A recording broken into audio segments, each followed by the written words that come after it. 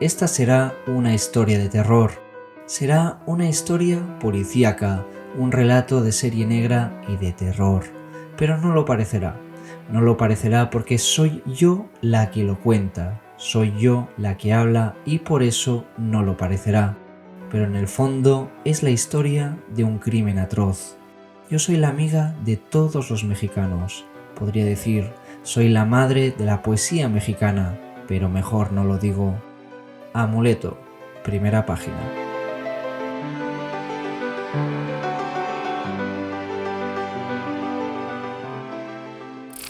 Buenas tardes, camaradas, yo soy Nil Forcada y hoy volvemos con uno de los grandes. Hablamos ni más ni menos que de Roberto Bolaño. Y es que en esta ocasión nos vamos a centrar con una de sus novelas más famosas y de hecho más tardías.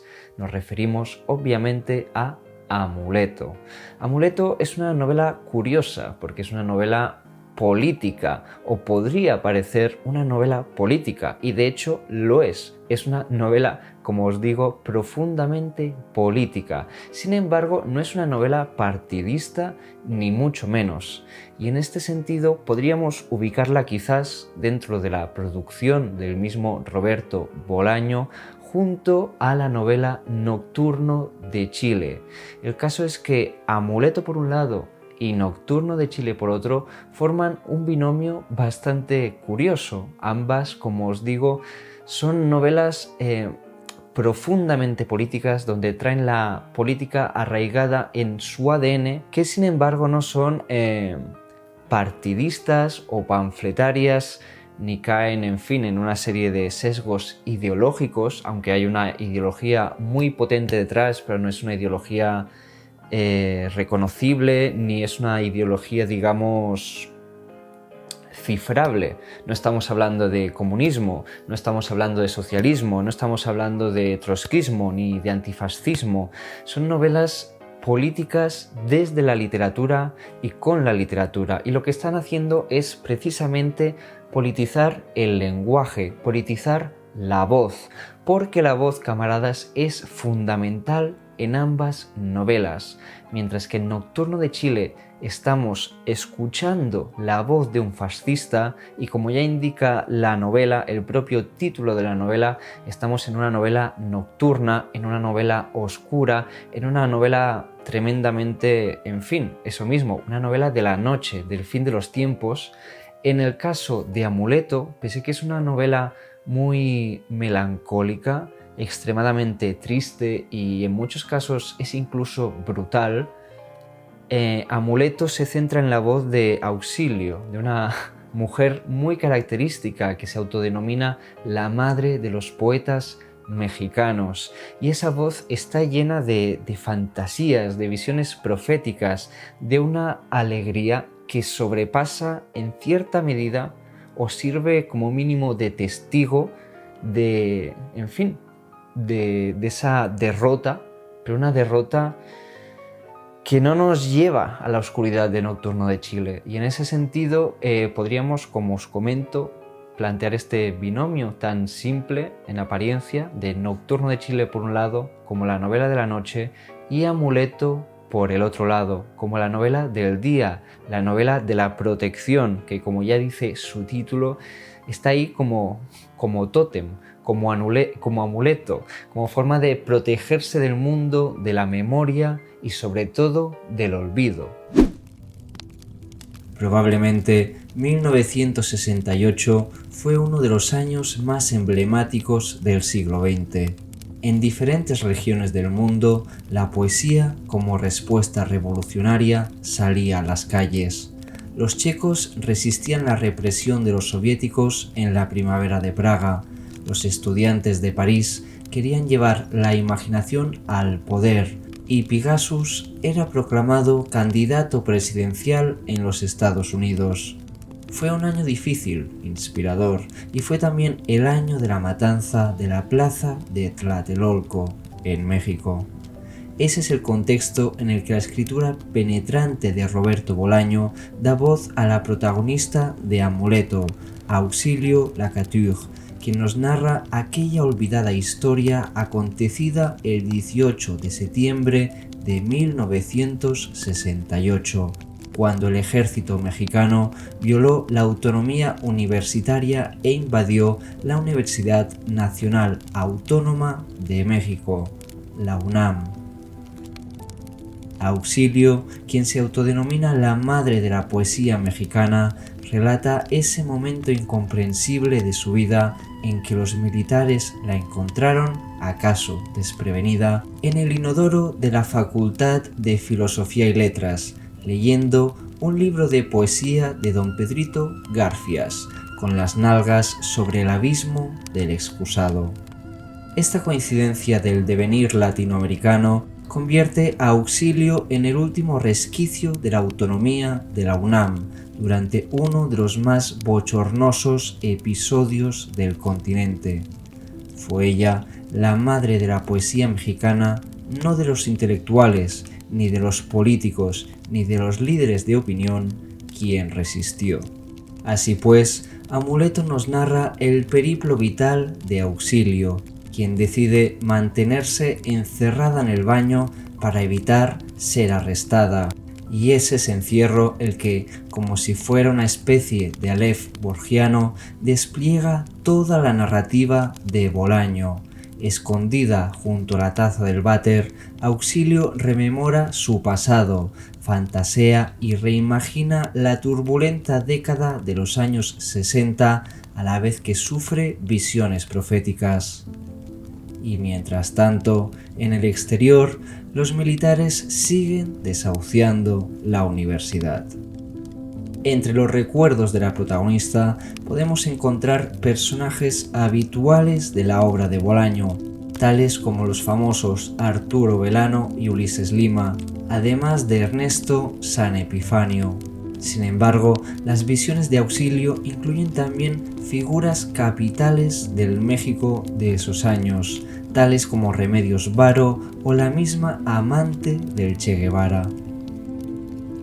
Amuleto se inscribe en una tradición novelística muy latinoamericana, centrada en narrar las barbaries de las dictaduras y el fracaso de las utopías de los años 60. De hecho, Bolaño apunta que su libro puede leerse como una carta de amor y de despedida de los ideales de esa década, de las hazañas heroicas de una generación entera de jóvenes latinoamericanos sacrificados. Amuleto desarrolla el relato autobiográfico de Auxilio Lacature, expandiendo las 10 páginas que ocupa en la novela Los detectives salvajes. Estamos en el año 1968 y Auxilio se encuentra encerrada en un baño de la Universidad de México, la UNAM, para esconderse de los militares que irrumpen en la autonomía universitaria y anticipan la masacre de Tlatelolco. Esta matanza de estudiantes se convirtió en el paradigma de todas las masacres latinoamericanas contra jóvenes, unos utópicos que Roberto Bolaño definía de este modo: estúpidos y generosos, que todo lo entregan y no piden nada a cambio. Y ahora de esos jóvenes ya no queda nada. Toda Latinoamérica está sembrada con los huesos de estos jóvenes olvidados.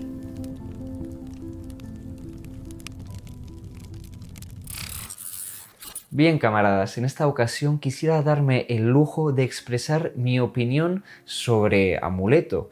A nivel personal, qué impresiones tuve al leer la novela o qué me parece ahora pasado el tiempo, porque es verdad que es una novela con la que yo he tenido una relación difícil, aunque quizás decirlo así es muy dramático, pero a mí me ocurrió que, por ejemplo, cuando yo leí Amuleto por primera vez, fue una novela que no me gustó.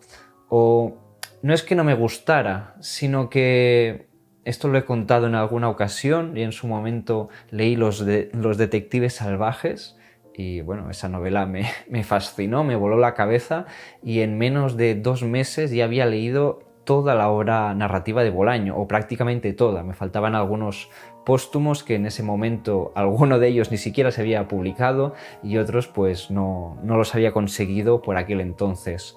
El caso es que tras todo este empacho de Bolaño, Amuleto fue la última novela que yo leí del autor, o una de las últimas. Y, en fin, en ese momento tuve la sensación que todo lo que está ocurriendo en Amuleto yo ya lo había leído. Además, la literatura, o más bien la narrativa de Bolaño, tiene estas cosas, que es una narrativa extremadamente episódica, con muchos vasos comunicantes entre distintas novelas, y por tanto, pues yo leer de Auxilio y leer de Arturo Belano, en fin, de todos estos personajes que ya aparecen en Los Detectives Salvajes o que ya aparecen en otras novelas, pues me daba esa sensación, ¿no?, de déjà vu, de cosa que, en fin, un poco manoseada, que yo ya he visto, ya he conocido, y no sé exactamente qué intentas contarme con todo esto. Como os digo, esta impresión y esta sensación vino dada por el empache que yo me hice de la obra narrativa de Bolaño. Sin embargo, he vuelto a leerla, pasado el tiempo, y debo decir que, obviamente, y como suele ocurrir con este buen hombre, Amuleto es una novela como la copa de un pino, es una novela despampanante. Auxilio Lacature nos narra los procesos de edificación y significación de una memoria traumática gestada a partir de su experiencia escondida en la universidad, que funciona como paradigma y metonimia del horror latinoamericano. En este punto, Bolaño explora los modos de configuración de la memoria en dos instancias, pues la novela instala el problema de la memoria tanto en la esfera del individuo como en el espacio de la memoria colectiva, es decir, de América Latina. Sin embargo, estamos hablando de una memoria en construcción, en movimiento, en actividad, y no de una memoria ya instalada en los imaginarios históricos. Dicho de otro modo, Auxilio Lacature regresa al pasado para reelaborar esa memoria y traerla al presente, casi a contrapelo del protagonista de Nocturno de Chile, otra novela de Bolaño, quien estaba acorralado por su incapacidad o dificultad para recordar. En Amuleto, Auxilio siente el horror al olvido, padece la necesidad imperiosa de recordarlo todo. Casi como el Funes de Borges, la protagonista de Bolaño está atrapada en la tarea de recordar la violencia de la historia latinoamericana. Auxilio lo expresa con estas palabras: yo no puedo olvidar nada. Dicen que ese es mi problema. Amuleto, página 144. Este horror al olvido tiene una dimensión subjetiva e individual. La experiencia de Tlatelolco deviene el origen traumático que dispara la necesidad de recordar, el temor al olvido y la obsesión por la memoria, la obsesión por relatarla, por testificarla, por convertirla en un amuleto contra la violencia y las repeticiones de la historia. La memoria, atrapada en ese origen traumático, se ancla en dos sitios. Por un lado tenemos el registro histórico, el ámbito de lo real con la contundencia de lo ocurrido y las cifras de muertos. Del otro tenemos la experiencia traumática, lo real que se vuelve fantasma y adquiere aristas irreales, pues el trauma siempre hospeda un fantasma, una zona indecible que busca ser pronunciada, y es lo fantástico lo que permite traducir ese doble fondo, pues es lo fantástico lo que permite visibilizar lo invisible. Así pues, lo fantástico en Amuleto se convierte en el centro del trauma, pero también en los espectros de otras violencias latinoamericanas que se suceden tras la matanza de Tlatelolco.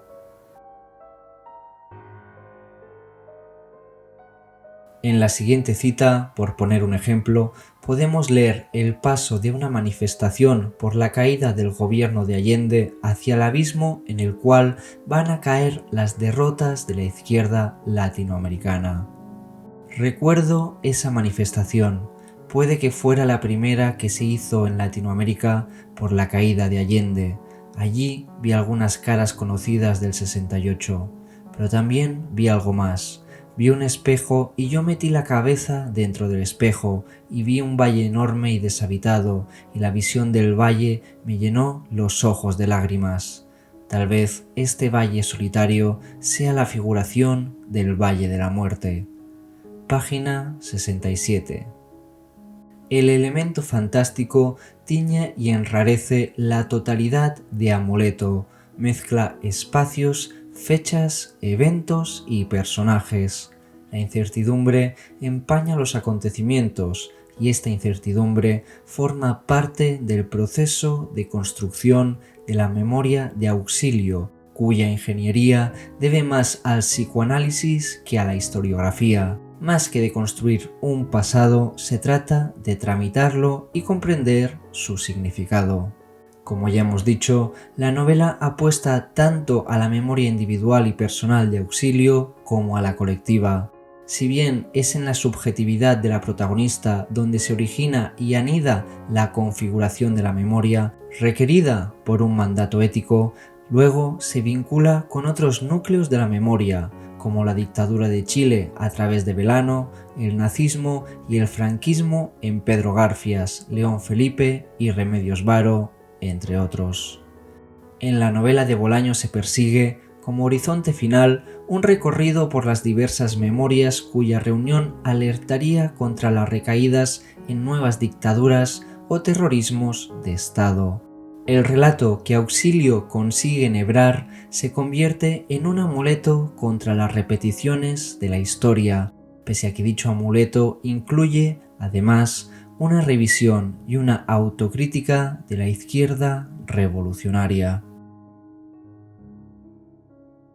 De acuerdo, comentemos ahora más o menos brevemente otro de los grandes temas de Bolaño que, como no puede ser de otro modo, aparece en Amuleto en forma de compendio, de síntesis y de centro, y este no es otro que la poesía. Amuleto nos habla acerca de los anhelos de una generación que lo sacrificó todo por un sueño, o en palabras de Bolaño, por una quimera de mierda. El resultado de esta apuesta fue el compromiso con la poesía, es decir, con los pliegues donde lo humano se expresa en toda su dimensión, en las periferias y puntos fronterizos donde las vanguardias pretendieron llevar hasta sus últimas consecuencias el extrañamiento, la desviación y la arbitrariedad del discurso de la poesía. Dicho de otro modo, Bolaño ya no nos habla de corrientes o generaciones, sino más bien de dispersión, pese a que algunos hilos programáticos aún intentan dar cuerpo o sentido al quehacer poético. Esta es, en realidad, una característica recurrente en la historia de la literatura contemporánea. Después de la vanguardia se instala la dispersión. Tras el encanto ingenuo aparecen la desesperanza y la soledad. La novela de Amuleto arranca con un homenaje decisivo, pues Bolaño dedica su libro al poeta mexicano Mario Santiago Papasquiaro, quien fuera su amigo y compañero de ruta en los años de formación literaria en México y también protagonista de Los Detectives Salvajes bajo el nombre de Ulises Lima. Mario Santiago representa en las descripciones de Bolaño el compromiso salvaje con la poesía, resume en su figura toda la potencia ética y estética del romanticismo que desembocará a principios del siglo XX en la tentativa de fundir la esfera de la vida con la del arte. Así pues, Amuleto puede ser leída como un viaje a los inicios, a las experiencias vitales que conforman la génesis de todo escritor, es decir, los viajes desenfadados que acercan el discurso de la poesía con el discurso de la locura. Dicha genética se expresa con nitidez en el discurso delirante de Auxilio Lacature, quien ha vivido siempre en el límite del vagabundeo, la errancia y la supervivencia más precaria. Leamos las siguientes líneas. A veces, no muchas, conseguía un trabajo remunerado, un profesor me pagaba de su sueldo por hacerle, digamos, de ayudante, o los jefes de departamento conseguían que estos o la facultad me contrataran por 15 días, por un mes, a veces por un mes y medio, en cargos vaporosos y ambiguos, la mayoría inexistentes, o las secretarias, qué chicas más simpáticas, todas eran mis amigas, todas me contaban sus penas de amores y sus esperanzas. Se las arreglaban para que sus jefes me fueran pasando chambitas que me permitían ganarme algunos pesos. Esto durante el día. Por las noches llevaba más bien vida bohemia con los poetas de México, lo que me resultaba altamente gratificante e incluso hasta conveniente, pues entonces el dinero escaseaba y no tenía ni para la pensión. Amuleto, página 23. En este punto, conviene citar a Michel Foucault, quien señala que la literatura, a partir del romanticismo, establece una extraña vecindad con el discurso del loco.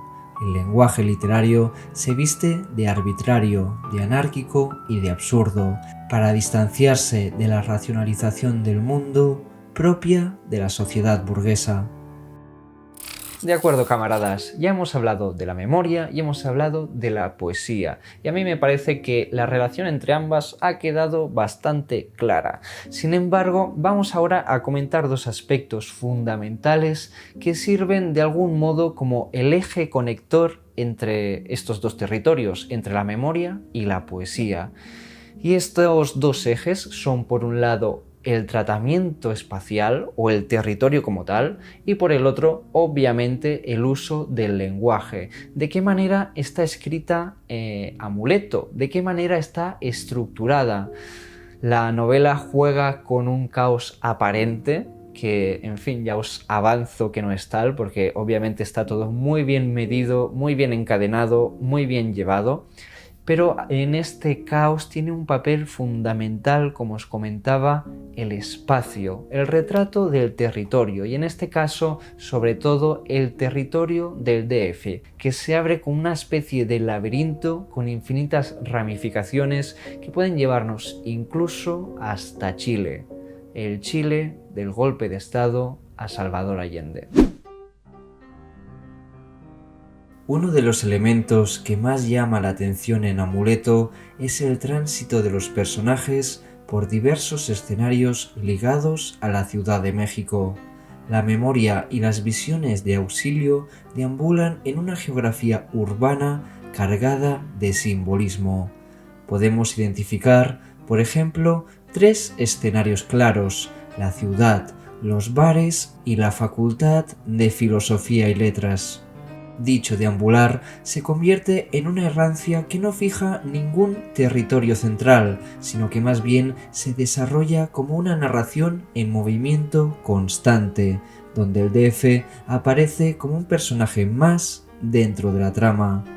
La ciudad toma cuerpo y establece un diálogo con los personajes. Los espacios urbanos no son representados como sitios de contextualización, sino más bien como parte de la construcción de un lenguaje poético. Leamos las siguientes líneas.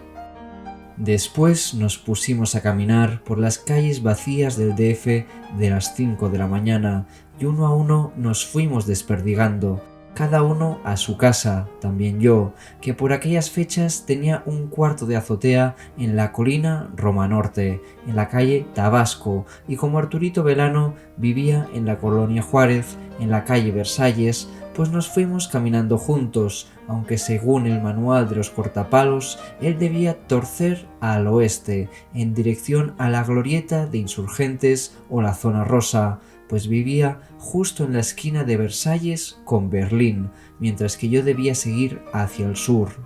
Pero Arturito Velano prefirió desviarse un poco de su camino y hacerme compañía. Amuleto, página 62. El espacio geográfico de la Ciudad de México es un campo abierto a recorrer donde los poetas viven sus experiencias vitales.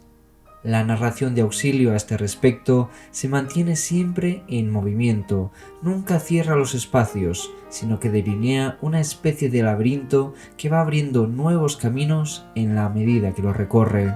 Es una errancia vital, simbolizada y poetizada por medio de imágenes repentinas que cambian de escenario y que, sin embargo, vuelven recurrentemente a describir los mismos lugares, actuando así como una suerte de aliteración que va impregnando la narración de situaciones en tránsito, donde los personajes deambulan, se emborrachan, conversan sobre poesía y configuran su propia imagen.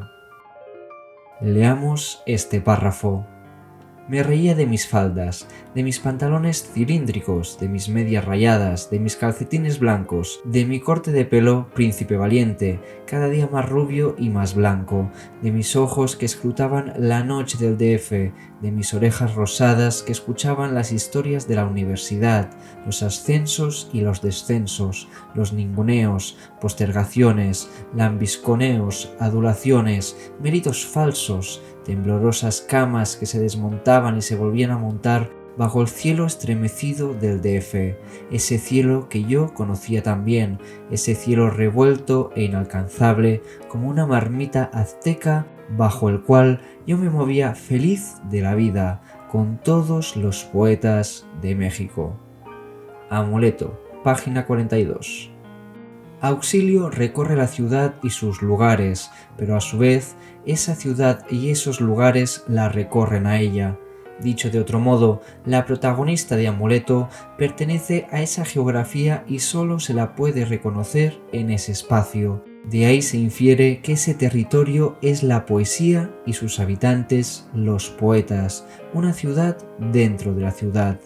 La urbe ha sido poetizada, fragmentada, desmitificada, incluida, excluida y simbolizada en gran parte de la poesía y la narrativa de Bolaño, constituyéndose en un sitio que es el cielo, pero también el infierno.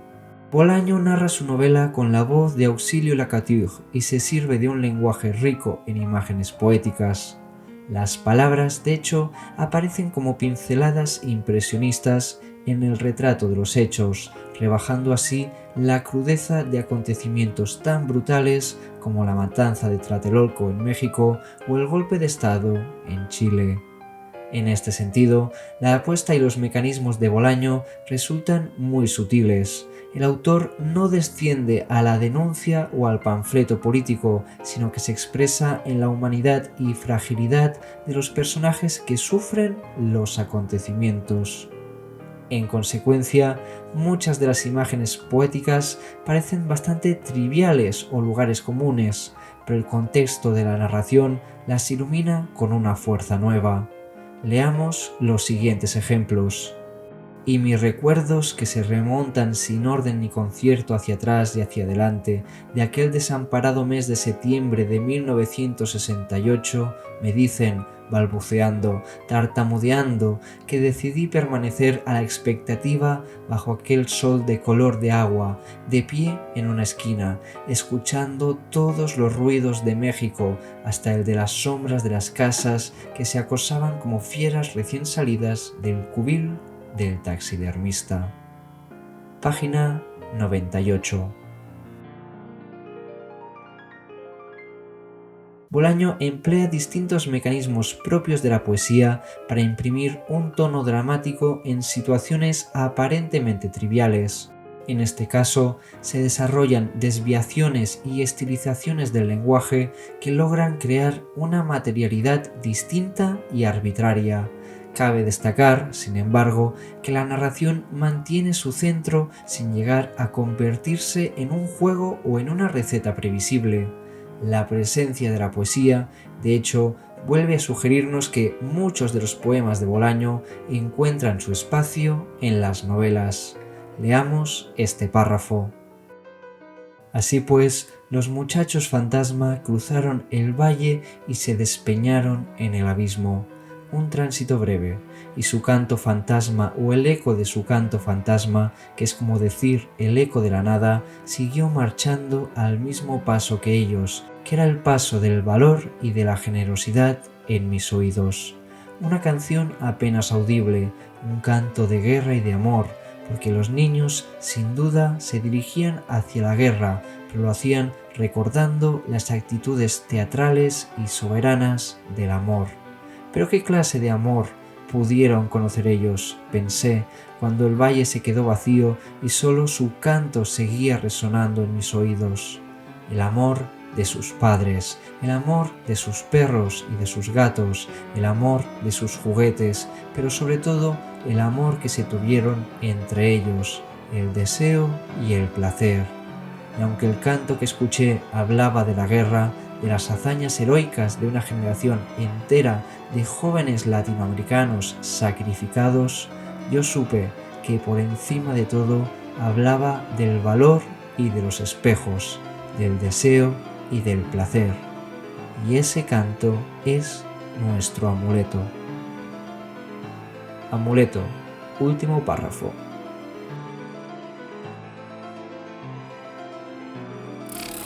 Amuleto no es poesía, no pretende ser poesía, aunque de eso hablaremos más adelante, pero es una novela que está extremadamente centrada en una única voz, que es la de Auxilio Lacature, quien se autodenomina la madre de los poetas mexicanos y que por tanto os podéis imaginar que tiene una carga poética y una fuerza arrolladora desde la sencillez, que yo creo que es el auténtico gran mérito de la construcción de esa voz, que tú obviamente te das cuenta que esta mujer, en fin, no es Quevedo, no es Góngora y no es una poeta de altos vuelos y altas métricas, no, es una poeta, digamos, es una poeta infrarrealista como las que se plantean en Los Detectives Salvajes.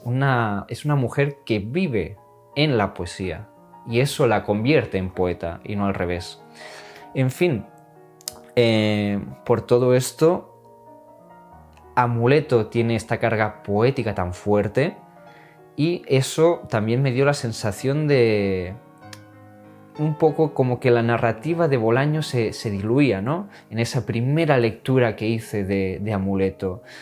Después, ahora viéndolo con perspectiva, me doy cuenta que es una gran decisión por parte de Bolaño y que además es una decisión que hasta cierto punto comparte toda una área de su obra narrativa. Un día de estos me propongo hacer un vídeo de qué divisiones podría o no tener la obra narrativa de Bolaño, pero en fin, sus novelas tienen a veces un núcleo narrativo muy duro, hay otras novelas que son, si queréis, más experimentales, hay novelas que están más centradas en algunos temas particulares, como puede ser el mal, hay otras que están mucho más centradas en la memoria, y en fin, en esta geografía de la obra de Bolaño, Amuleto ocupa un sitio muy especial porque es una novela extremadamente poética y en ese sentido, y además, como os he comentado, extremadamente política, y en ese sentido se coloca muy cerca de Nocturno de Chile, pero mientras que Nocturno de Chile está muy cercana al mal, Amuleto, aunque lo que voy a decir seguramente va a parecer una estupidez, Amuleto está mucho más cercana a Amberes, que es una novela muy experimental de Bolaño, experimental por llamarlo de algún modo que todos podamos entender en 2 segundos. Obviamente la cuestión es bastante más profunda que eso. Pero, en fin, como os digo, es una novela que colinda con una narrativa de Bolaño que a mí en la primera lectura no es la que más me seducía o no era la que más me atraía. Ahora, con perspectiva, como os digo, la novela me encanta y me encanta además lo que se desprende de ella, esta área geográfica de la obra de Roberto Bolaño, donde Amuleto sería casi la capital, o quizás no la capital, pero el punto central o neurálgico donde se conectan muchas otras novelas. En Amuleto, obviamente, narrativamente se conecta con Los Detectives Salvajes, porque la protagonista de Amuleto es, en fin, la recuperación de un personaje secundario de Los Detectives Salvajes, pero el armazón de la novela se conecta además con Estrella Distante y, como ya os he comentado, colinda de una forma bastante curiosa, como si fuera otra vez el reverso luminoso o el reverso, entre comillas, más lúcido de la novela Amberes, ¿no? De este sueño encadenado o este encadenamiento de pesadillas y escenas que uno no sabe muy bien a dónde van, pero en el caso de Amuleto tú sigues el vagón constantemente, no te pierdes, y Bolaño ya lo arma todo para que, pese a la incertidumbre y pese al desconcierto que puede generar la novela, tú no tengas esa sensación de pérdida como sucede en Amberes, que muchas veces es una novela, bueno, muchas veces no, Amberes está planteada como una novela de lucha, donde el lector tiene que pelear para conquistar el libro. Y, en fin, obviamente era una posición mucho más radical, también por eso es una de las novelas más tempranas de Bolaño, mientras que Amuleto ya ha pasado por toda esa fase y, en fin, es casi el compendio de muchos de los recursos poéticos y narrativos de Roberto Bolaño. Si te ha gustado este vídeo, ayúdanos a crecer. Comparte el vídeo, déjanos un comentario o suscríbete al canal.